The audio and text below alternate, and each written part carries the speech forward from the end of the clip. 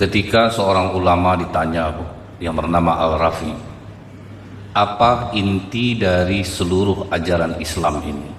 Jawaban Al-Rafi adalah keteguhan akhlak. Itulah inti ajaran Islam ini, Bu, supaya meneguhkan akhlak kita. Ditanyakan lagi, kalau ilmuwan besar, orang-orang besar di muka bumi ini ditanya, apa solusi dari permasalahan hidup manusia? Jawabannya juga keteguhan akhlak. Jadi kalau mau keluar dari masalah, tetap masalahnya akhlak juga. Ditanya pula kepada orang-orang yang ahli dalam ilmu psikologi, apa yang paling sulit untuk diraih? Jawabannya juga keteguhan akhlak. Jadi inti dari agama Islam ini keteguhan akhlak. Agar keluar dari masalah kehidupan kita ini keteguhan akhlak, dan yang paling sulit diraih memang diakui adalah keteguhan akhlak. Memang paling sulit diraih. Bertanya orang, apa pentingnya kita belajar tentang akhlak ini? Jawabannya yang pertama adalah karena itulah yang menjadi tujuan kenapa Rasulullah diutus ke muka bumi ini. Tujuan Rasulullah diutus apa, Bu? Innama bu'istu liutammima makarimal akhlak. Kita hafalan di sini. Tujuan Rasulullah ke muka bumi ini diutus untuk menyempurnakan akhlak. Akhlak yang buruk-buruk itu, Bu, ya, itu yang mau diperbaiki semua tuh. Contohnya salah satu akhlak orang jahiliyah itu apa, Pak? Bela saudara kita, baik dia salah ataupun benar. Itu prinsip orang jahiliyah. Nah, itu yang mau diluruskan tuh, Pak. Kita harus berpihak kepada kebenaran, tetap berbuat adil sekalipun dengan keluarga kita sendiri. Makanya kata Rasulullah, andaikan Fatimah anakku mencuri, akan kupotong tangannya. Sementara kita, Bu, masih juga ada akhlak jahiliyah. Ini tahun 2024 ada sanak famili, adik, saudara yang mau maju, kelakuannya macam mantu, Pak. Itu kalau di rapat keluarga pas arisan keluarga bulanan itu bersampaikan tuh, Pak. Ini adik keponakan kita mau maju, kapan orang kampung kita lagi ada masalahnya, orang kampung nih harus naik nih. Datang sebagian berbisik, kelakuan macam mantu itulah itu pilih. Masih ada rupanya akhlak jahiliyah ini di kita. Pokoknya orang kampung kita harus maju. Masalah dia mau betul mau enggak, itu urusan dia. Akan berarti masih ada ternyata akhlak jahiliyah itu. Nah, itulah tujuan Rasulullah, Bu, supaya tidak hancur bumi ini. Makanya Rasulullah diutus supaya akhlak orang menjadi mulia. Perlahan-lahan Rasulullah itu langsung mencontohkan ke dirinya. Dari kecil sudah jujur, amanah, berkatanya benar. Jadi memang jadi role model lah, memang asli nampak. Itu yang dicontoh oleh sahabat. Kemudian dalam Al-Quran, Bu, tujuan penciptaan Rasulullah ini diutus ke muka bumi, walaqad arsalnaka illa rahmatan lil alamin, menjadi rahmat bagi alam ini. Karena kalau akhlak baik, yang datang adalah rahmat dan kasih sayang Allah. Bagaimana kita ini menurunkan rahmat Allah dari langit, kasih sayang Allah, kalau sempat akhlak curang masih ada di antara kita. Curang nih, Bu, melakukan kejahatan dengan perbuatan. Jadi kalau kita lihat di hadis, Pak, pedagang-pedagang muslim waktu itu, Bu, buah kering di depan, buah lembab di belakang, yang kena hujan ditaruhnya di belakang. Jadi kalau orang beli nanti disangka orang kering juga, diambilnya. Dimasukkan Rasulullah tangannya ke dalam, ternyata terasa ada yang lembek buahnya di dalam. Tidaklah tergolong umatku orang yang melakukan kecurangan seperti ini. Seharusnya yang lembab ini kau taruhkan di depan, jadi orang tahu mana yang harus dibeli orang. Ini kau nanti orang beli yang kering, kau ambil yang basah. Itu yang mau diluruskan Rasulullah nih, Bu. Pedagang jangan sampai curang. Kan bagus jadi itu, Pak. Turun rahmat Allah dibuatnya, Pak, kalau orang tidak curang nih, Bu. Nah, ini contohnya zaman sekarang kan, kita lihat duku besar-besar, Pak. Kita belilah sampai di rumah mengecil duku tuh. Itu herannya itu, Pak. Apa enggak banyak penyakit, Bu, orang makan dikutuk-kutuk orang aja terus. Kurang ngajar penjual duku tuh, tipunya aku. Kan apa jadinya, Pak, kan? Orang yang memakan dia sama anak istrinya sakit jadinya karena dikutuk-kutuk orang, Pak. Nah, kita tuh masih suka seperti ini, itu yang membuat rahmat Allah enggak turun. Jadi kecurangan ini kata Rasulullah, bukanlah tergolong umatku orang yang mencurangi orang. Cirinya kalau di pasar apa, Bu? Wailul lil mutaffifin alladzina idza tadu 'alan nasi yastawfun.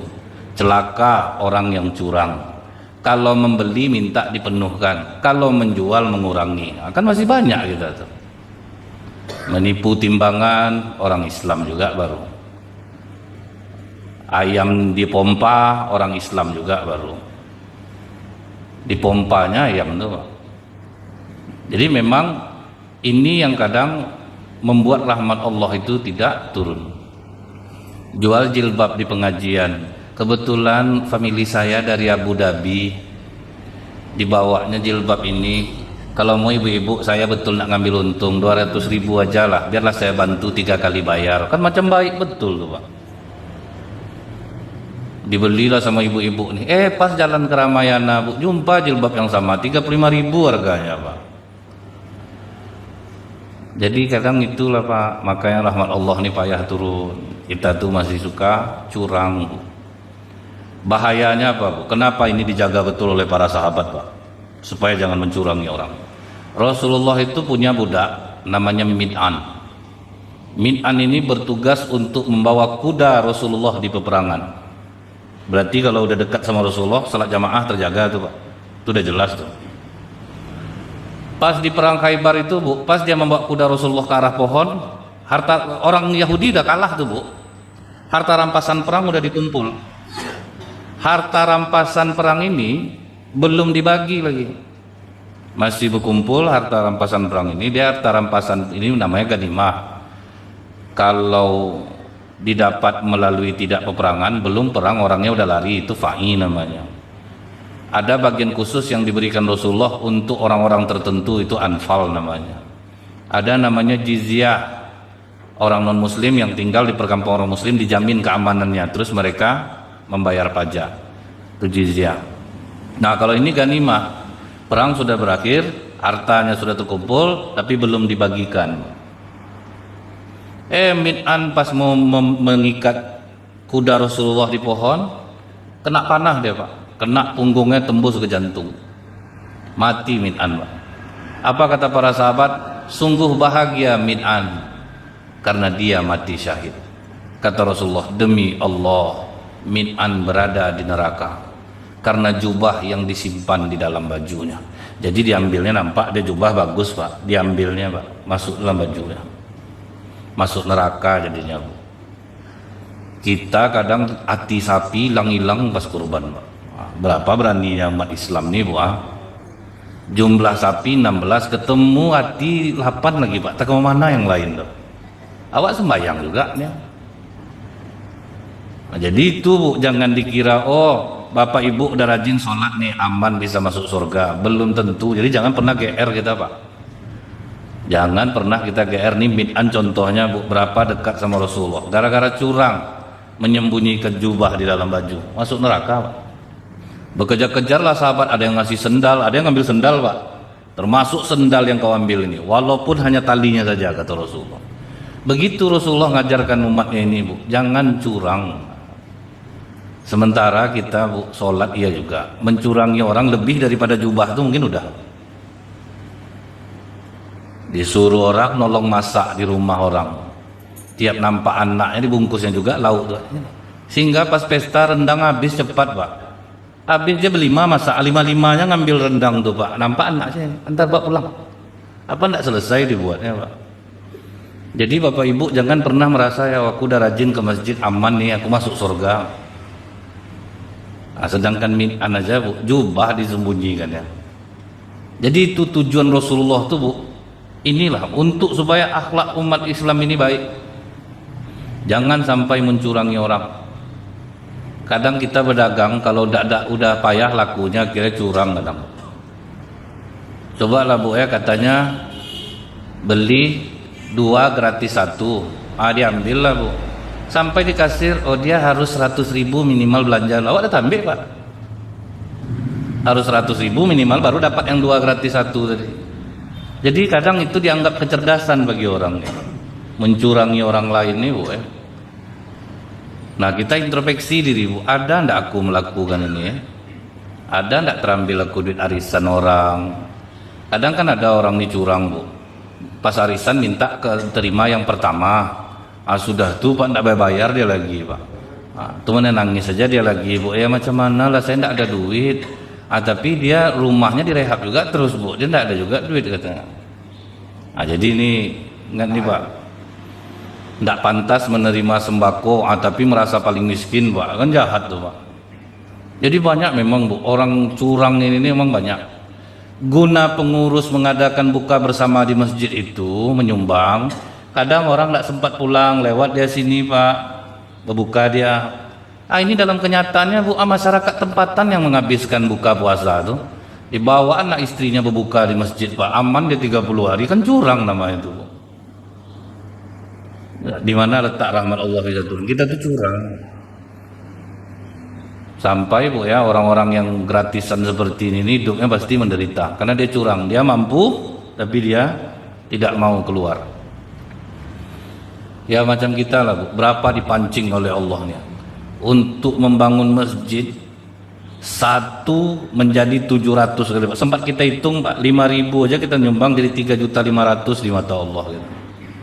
Cuman kita jangan rusak, kan inilah Pak, kalau mau keluar nih tidak mau. Tapi kalau mendapat gratisan harus azab RT kena serang biasa. Kalau udah masalah sembako dari kelurahan tuh Pak, azab RT Pak. Memang RT ini dia keluarga dia aja yang dibantu, yang ngomong itu gelang besar Pak. Ada lagi yang tidak dapat zakat dari masjid, Bu, datang dia ke masjid itu, biasa saya dapat tiap tahun, kata, bukan orang susah Bu, curang. Sementara orang Islam ini dikatakan tangan di atas lebih baik daripada tangan di bawah. Kita dikasih Allah nikmat Bu, itulah tanda kita bersyukur, jangan kita curang. Ada rezeki ini saya salut nengok masyarakat sini Pak, udah mulai nih masalah pembebasan tanah sudah 1,5 M, tinggal beberapa ratus juta saja lagi. Sempat kita ini kembali kuat lagi nih Bu, tidak akan sebanding dengan pahala yang dikasih Allah, tidak akan sebanding. Jadi ditanya orang, umroh berapa kemarin bayar? 35 juta, merasa rugi atau enggak? Ya agak mahal lah sedikit. Coba hitung, satu kali sholat di Masjidil Haram 100.000, berapa hari ya, sama dengan berapa puluh tahun jadinya kita di luar. Cuma kadang orang dengar pahala sebanyak itu enggak sholat dia sampai di Indonesia lagi Pak. Udah banyak, aku udah 24 tahun ke depan udah aman ya dah. Aku 5 waktu di Masjidil Haram, belum lagi Masjid Nabawi. Pokok untuk 24 tahun ke depan udah aman, dihitungnya Bu. Jadi kalau kita yang merasa ada, jangan curang. Di dalam Al-Quran Bu, surah At-Taubah itu 9 tuh, mau yang kecil, mau yang besar, semua bernilai di sisi Allah. Cuman kadang kita nih kalau untuk membeli jam, sepatu, baju, tahu ada duitnya Pak. Tapi kalau untuk ke masjid kadang-kadang susah. Jadi ini Bu, jangan sampai kita dianggap curang, punya nikmat tapi tidak mau mengeluarkannya. Karena itulah yang uang yang sebenarnya tuh. Kalau yang lainnya habis semua Pak, tidak akan ada. Itulah yang akan abadi. Karena memang nampak apa yang mau dibuat, apa yang program yang apa. Karena memang masjid kita ini kan Pak, betul-betul masjid maju tibanya nih. Ada kalau sempat cepat dapat lahan parkir itu, lapang. Banyak orang, karena masalah parkir nih Bu, berbayar tuh Bu, sakit hati orang Pak. Kan Pekanbaru ini kota 1.000 parkir nih Bu, 1.000 orang yang parkir Pak. Pas datang tidak ada orangnya Bu, pas keluar tahu ada ya Pak. Saya pemain Magic juga nampak itu tukang parkir nih Pak. Tahu dia, apa tidak resah Bu, beli. Jadi sekarang banyak pengusaha tuh tertutup parkir, tertutup usaha gara-gara parkir ya dia Pak. Orang berhitung belanja Bu, mau dibeli ini cuman ya, tuh bayarlah ini. Itu bisa tutup usaha orang ya dia Pak. Jadi kita lihat Bu ya, betapa apa namanya itu, betapa ribetnya gitu. Kalau misalnya kita ini bukan masalah perhitungan, kadang gara-gara peraturan yang ditetapkan tuh Pak ya, kan jadi obrolan se-Indonesia sekarang. Parkir Pekanbaru ini Pak viral. Datang orang bukan di Pekanbaru ya, tempat kami pun ada aja ya. Bahaya jadinya.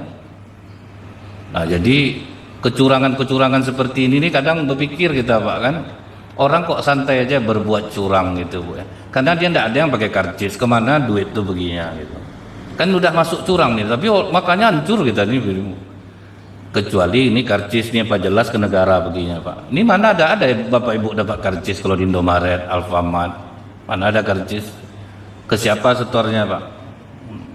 Jadi ini kadang cuman karena enak duitnya tuh Bu, enak tuh Pak, kali berapa tempat nih Pak. Jadi dengan dibebaskan lahan parkir ini Bu, jamaah pun nyaman jadinya. Cuman ada menjadi sindiran orang kadang yang harus diingat oleh pengurus masjid, membangun masjid dari uang umat.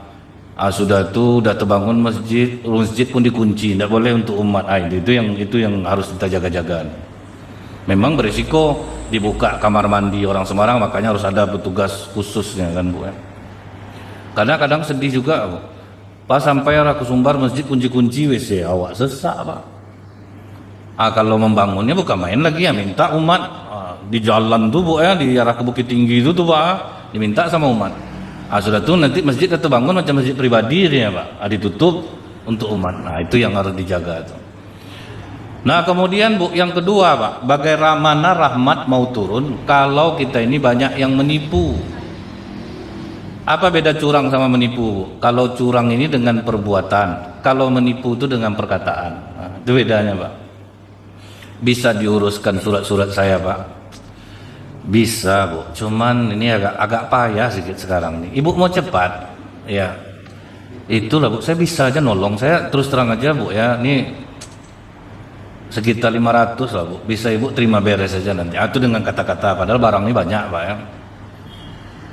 Kemudian kadang Bu ya, ada ibu-ibu ngetes SIM sampai 1 bulan Bu, nggak lulus-lulus. Saya tengok ujian jalannya Pak, bingung saya memikirkan jalan mana yang macam ini di kehidupan nyata itu tidak ada rasanya gitu. Banyak tidak lulus tuh Pak kan. Itu oknum kadang yang bermain Bu. Ibu mau cepat, kasihanlah saya nengok ibu bolak-bolak balik nih.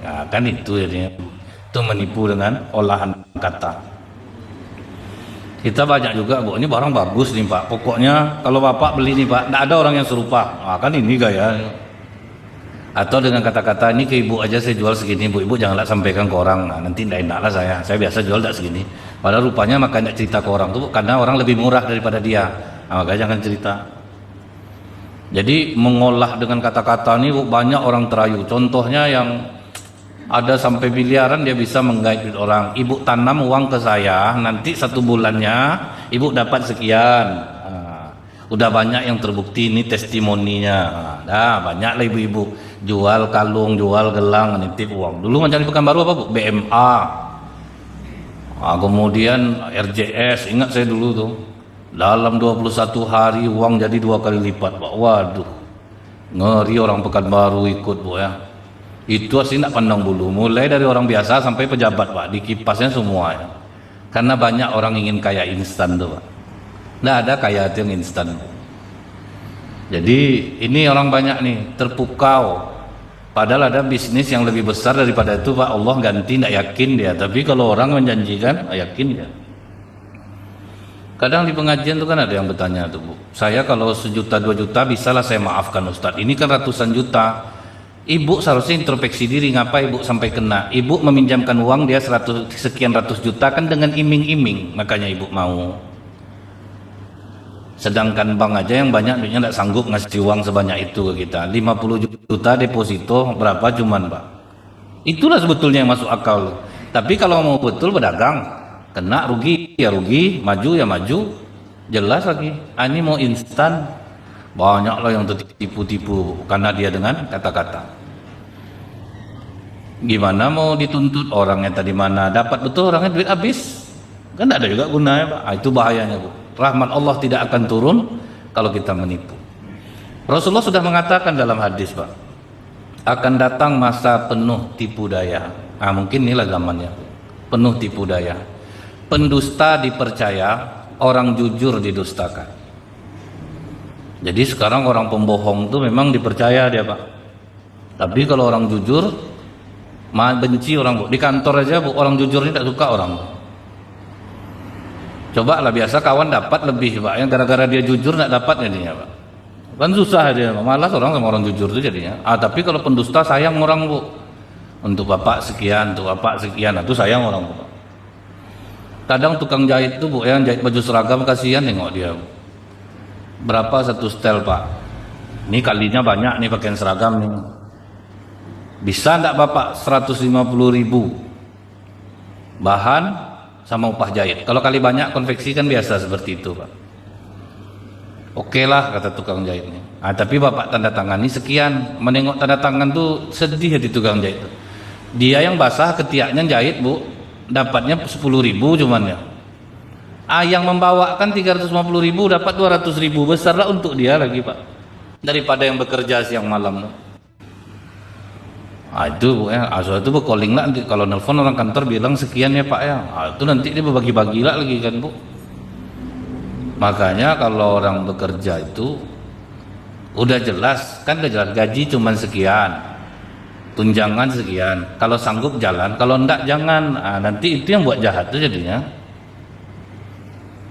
Jadi kadang Bu ya, kalau orang yang berpikir, saya selalu ada polisi Bu, dia tahu gaji polisi itu cuma sekian, pendapatannya sekian, tunjangan sekian, akhirnya mulung dia Pak. Bayangkan tuh Pak, mulung barang bekas, tak ada malu dia Pak, mulung barang bekas dia Bu, itu untuk tambahan hidupnya. Itu yang salut kita Pak.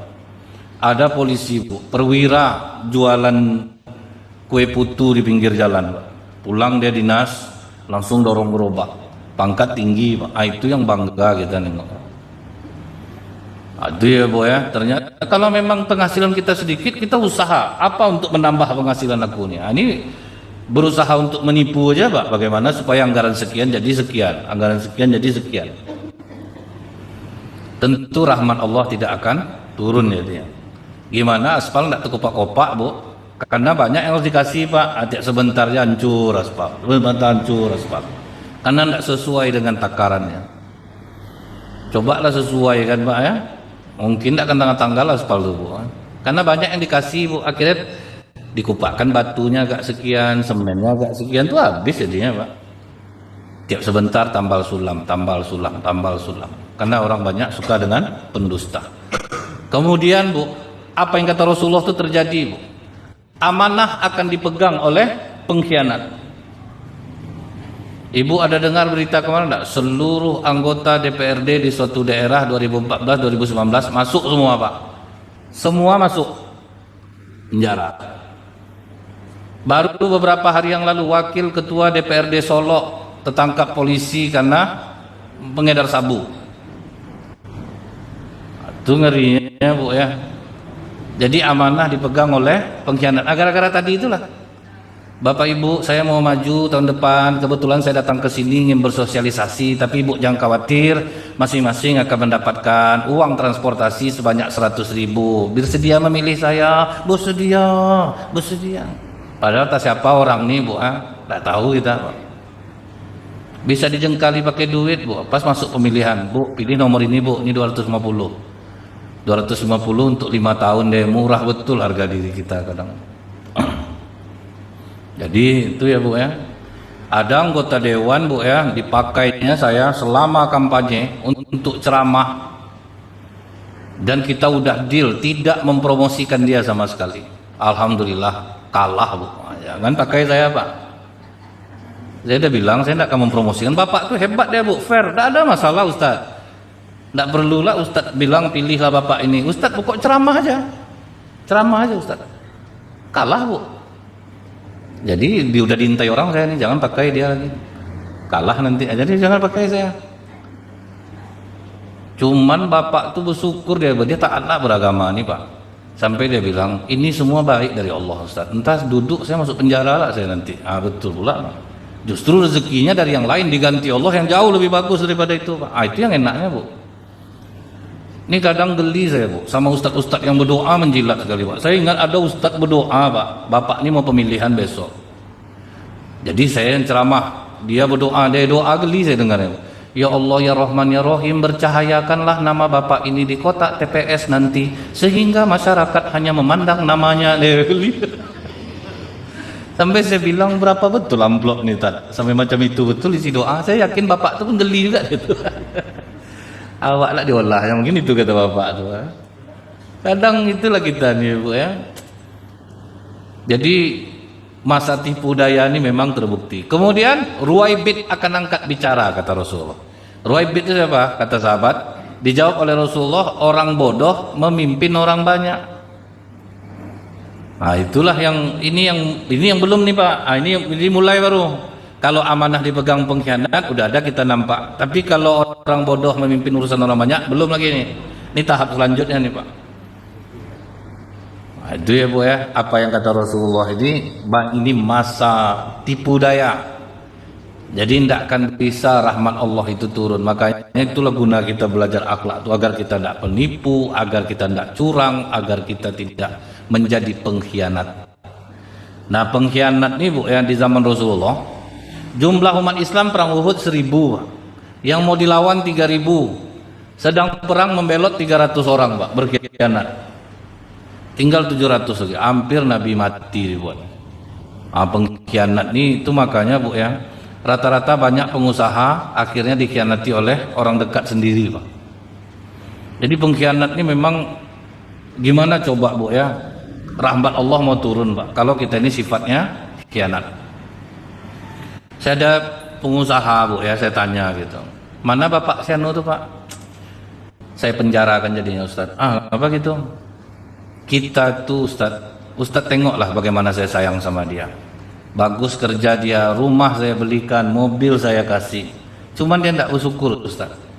Akhir dikhianatinya saya. Itu kadang sifat pengkhianat nih Pak. Kalau di masjid apa tuh Bu? Apa kata Pak Ketua, bagaimana Bapak Ibu setuju kita? Setuju.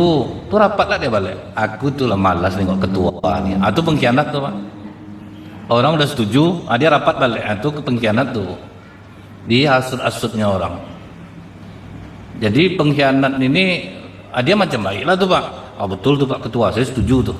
Karena kalau tidak gini Pak Ketua tidak di depan, di belakang beda lagi. Wah, itu yang ngeri itu Bu. Gimana rahmat Allah mau turun Pak? Habis dia adu dombanya aja orang. Nah kemudian Bu, bagaimana rahmat Allah mau turun kalau kita masih saling benci satu sama lain, masih saling dendam?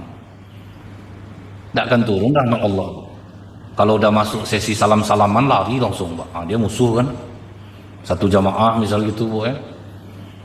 Pas mau bulan puasa aja mau bersalaman Bu, itu pun mata gitu. Aku kalau tidak mau masuk puasa nih kami minta maaf aku sama kau. Itu kan ngeri itu. Tidak akan turun rahmat Allah intinya tuh Pak. Dulu siapa yang mendengki sama saudara sendiri? Nabi Yusuf, keluarganya dengki sama dia. Nengok dia disayang, nengok Nabi Yusuf itu diperlakukan beda. Akhirnya dengki lah saudaranya. Kalau udah dengki ini apa Bu? Niatnya untuk mencelakakan lagi. Itu kalau udah sifat orang dengki Bu. Orang dengki lebih bahaya daripada orang pelit Pak. Kalau orang pelit dia tidak mau duitnya keluar. Kalau orang dengki, orang yang berduit dia yang sakit hati. Kenapa sesak napas mama? Baru kemarin dia merehab terasnya, ada direhabnya lah dapurnya. Gara-gara itu Pak, orang merehab itu. Sesak napasnya langsung. Dari mana-mana dia dapat duit. Itu bahayanya orang dengki itu. Nabi Yusuf kan dicampakkan ke sumur oleh saudaranya gara-gara dengki itu Pak. Karena kalau orang udah tahap dengki itu Bu, itu udah taraf mencelakakan orang. Nah, itu ngerinya itu Pak. Terdengar dia Bu, Ibu Sianu itu sakit Bu. Alhamdulillah matilah dia itu. Benanah-nanah lah mulutnya kalau perlu. Itu bahaya dengki itu Pak. Gimana rahmat Allah mau turun kalau sifat kita seperti itu? Jadi Rasulullah itu justru mengajarkan kita dibenci orang dengki sama kita, orang marah sama kita, Rasulullah berusaha bersifat biasa saja.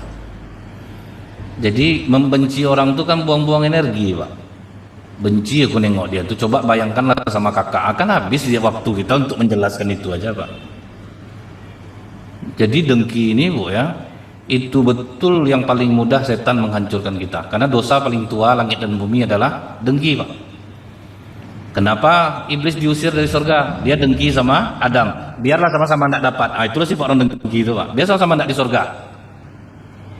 Kan ngeri, ada kan kadang jiwa itu di diri kita tuh Pak. Itu yang harus dibuang tuh. Akhirnya datang orang lagi bertanya, jadi penting sholat akhlak daripada ibadah tuh?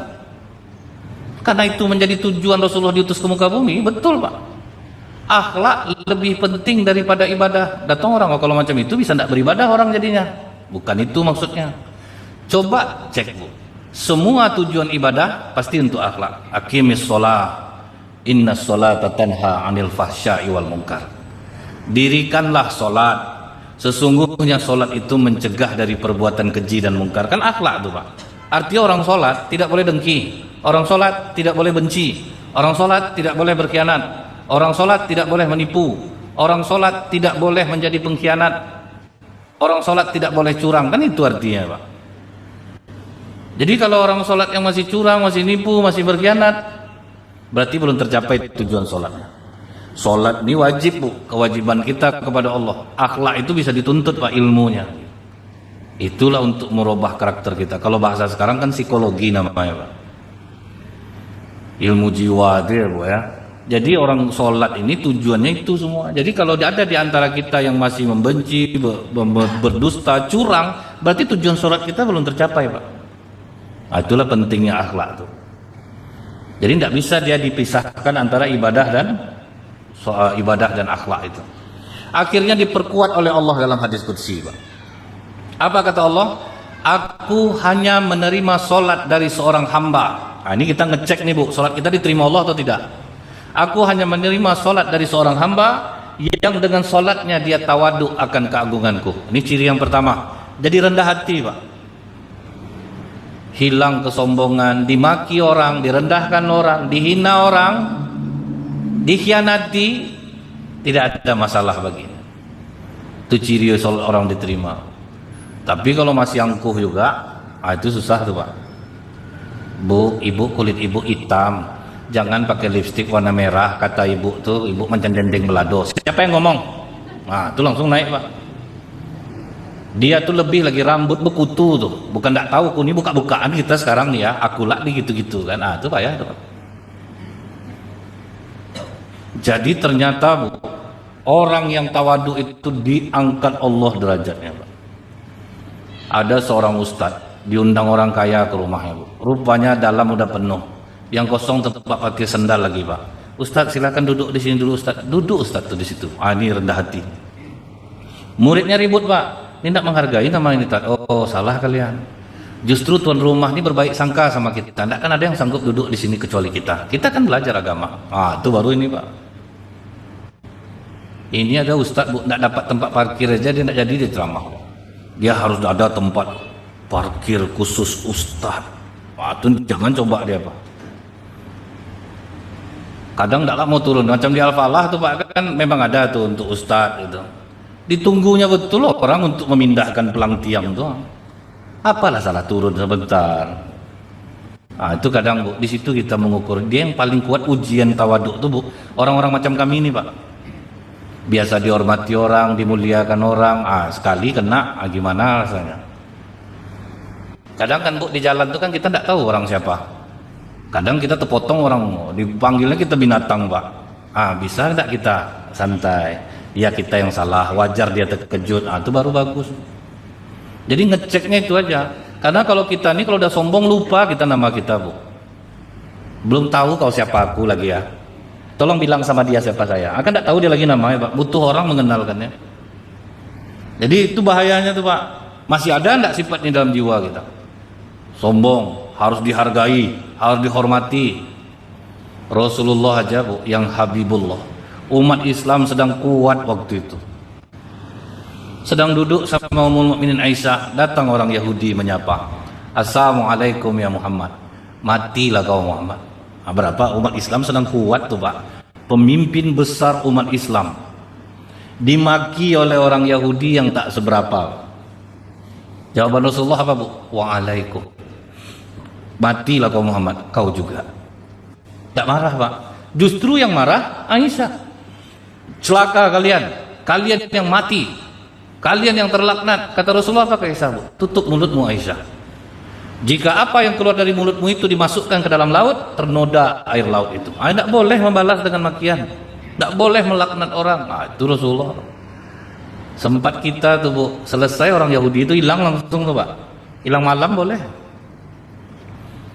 Tahu-tahu besok udah dapatnya kabar Bu ya, bapak udah mati. Ngeri kan Bu ya. Jadi kita tuh macam di Meksiko waktu itu ada YouTuber umur berapa belasan tahun Bu, menirukan gaya gembong narkoba. Ditirukannya gaya orang Pak.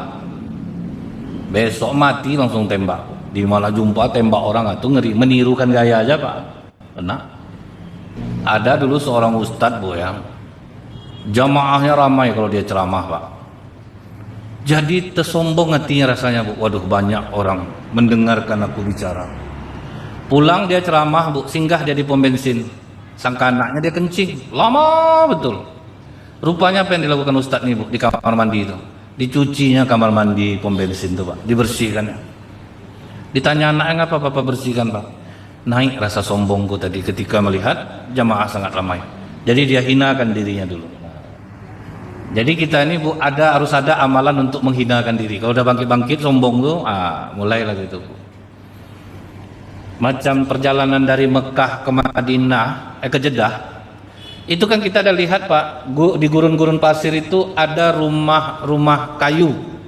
Itu yang punya kan raja-raja Arab tuh Pak. Jadi kalau udah tersombong artinya dia nginap di situ agak 3 hari untuk merendahkan dirinya supaya rendah pula hatinya. Jadi kan mudah aja ngecek, masih sombong enggak aku ya? Kalau pendapat aku enggak diterima orang sedang rapat, pindah masjid enggak aku ya? Kan kadang terasa sama kita tuh. Terkecil enggak hati aku ya? Berarti masih ada keakuan kita. Berarti belum bisa nih kita tawaduk nih. Kemudian yang kedua kata Allah apa Bu? Solat hamba yang aku terima, yang dengan solatnya itu dia tidak menyakiti makhlukku. Ada sahabat, dia mau memotong kambing. Diasahnya pisau samping kambing itu. Kata Rasulullah, kau mau membunuh kambing kau 2 kali? Enggak ya Rasulullah, sekali aja. Kalau sekali aja, kau tidak boleh mengasah pisau di dekat hewan yang akan kau sembelih. Tidak boleh menyakiti itu Bu ya. Biarkan dia mati dengan tenang di bayang Pak. Ini kadang banyak Bu ya masjid-masjid di samping sapi, mati kau, tengok kau. Sudah itu sekali mengepungnya 8 orang Pak. Apa ndak busuk-busuk darah sapi itu dibuatnya Bu. Dia mati darahnya bergetar semua Pak. Beku takut. Makanya lain enggak sapi korban ini kok lain busuknya ya. Karena yang menyembelihnya macam pendekar semua Pak kan. Itu ya takut dia Bu. Tidak boleh menyembelih hewan kurban di dekat hewan kurban lainnya. Tidak boleh mengasah pisau di depan hewan kurban. Di rumah potong beratus sapi dipotong Bu, tidak sebusuk itu dia Pak. Karena mereka tahu caranya. Kita kadang udah tahu teorinya, prakteknya malas lah Pak. Udah tahu yang teori yang elegan tuh Bu, yang membuat dia tidak takut. Cuman malas lah, payah macam dia enak lah dia membanting-banting ramai-ramai itu Pak. Kadang kasihan nengok sapi itu yang naik ke badan dia nak tanggung lah besar-besar. Tapi sapi itu diam aja Ustaz, itu nak mungkin lah dia ngomong Bu. Aduh sakit aku kan nak mungkin lah Pak. Ibu mungkin waktu bapak ibu naik haji, yang menyembelih sapi anak umur 9 tahun 2 orang selesai sama dia. Itu contoh, pandai dia Bu. Elegan cara mereka itu gitu. Jadi tidak takut Pak sapi itu. Ini 8 orang, saya ingat saya Bu ya, sedang jadi khatib Idul Adha, nampak saya panitia kurban sedang kejar sapi. Awak sedang khatib, sapi di kampung itu sebiji lari lah Pak. Mungkin takut ya Bu ya. Orang menengok dia ramai-ramai, orang ngasah-ngasah pisau di depan dia. Nah kalau kita sama manusia ini Bu, tidak lagi menyakiti makhluk. Kalau kita disakiti terserah, tapi kita jangan sampai menyakiti orang lain. Jadi ini ciri 2 hal di antara 8 yang